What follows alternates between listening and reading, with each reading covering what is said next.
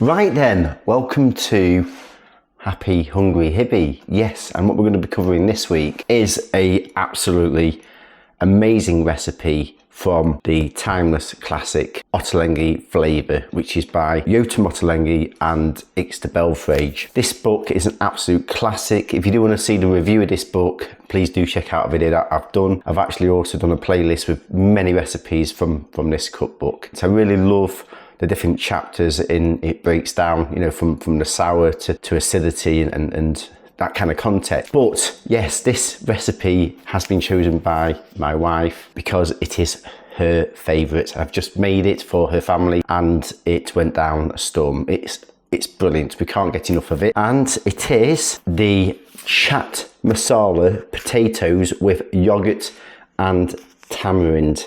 So yes, going to make this dairy free, use plant-based yogurt. You can do this oil free if you want, but I'm not. I'm going to use some extra virgin olive oil and I'm just going to get those potatoes crispy. And this is just kind of like how it looks like. You know, you just roast your potatoes in the chaat masala, really picks up those flavours amazing, and the presentation is absolutely wonderful.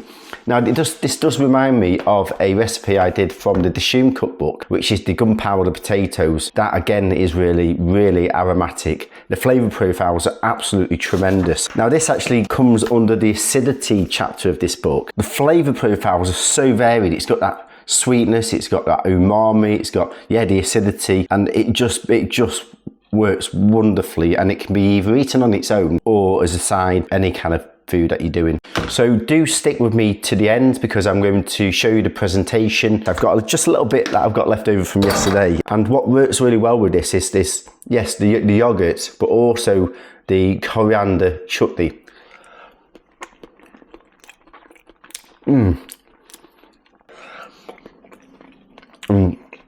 So this recipe is actually inspired from what they call the aloo chaat, which is an Indian street food. And it says here it's perfect for a weekend lunch alongside other vegetables such as aubergine with herbs, crispy garlic. Complements a lot of recipes in this book as well. But it says here the chaat masala is the slightly tangy spice mix that gives this dish its distinctive flavour. Now I'm using something which has just got that nice little bit of mango in. So the core ingredients you need for this, you need some new potatoes. Don't get them too small because you'll end up with a lot of offcuts, as I found yesterday, but I'm going to roast these off as well, so there's going to be no waste whatsoever. These ones are actually British Ruby gem potatoes, which actually complements the roasting really well. Tried these before, very good. Also need some extra virgin olive oil. You can do this recipe without oil. All you need to do is just boil the potatoes, dry roast them in the oven. A red onion, yogurt.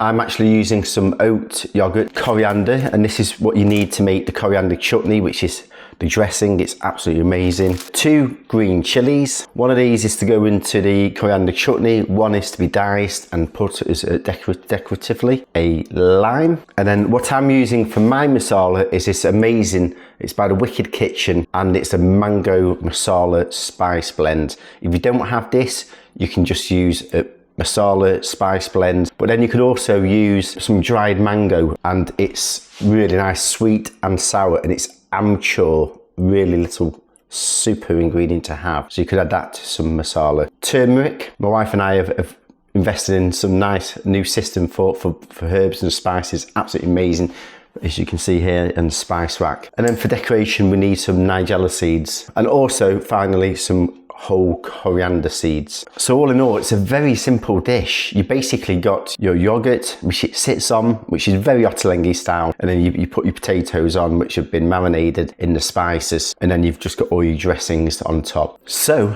let's get going.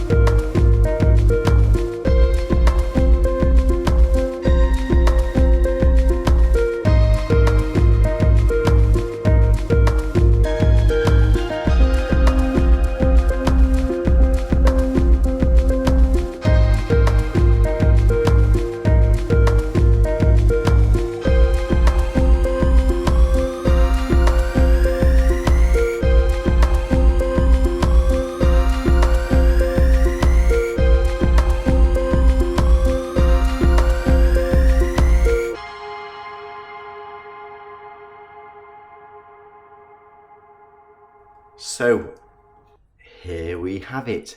What an absolute masterclass. This is possibly one of the best Ottolenghi recipes, certainly from the Flavour cookbook anyway. It's just packed with flavour. It's got that sweetness, it's got that sour, it's got that little spiciness, but ultimately it's got the acidity. It's just a, you know, every mouthful has a different flavour, and it's so fresh, so aromatic. So yes, be interesting to hear what your favourite Ottolenghi recipes are. What is your favourite recipe from the Flavour cookbook? Please do put your comments below. Also check out my playlist for other salads and side recipes, mezzis for Ottolenghi style. I've got a playlist. I've done over 70 recipes for Ottolenghi now. Also, please do subscribe. Lots of love and passion going into this show. Hope you really enjoy, everyone. Take care.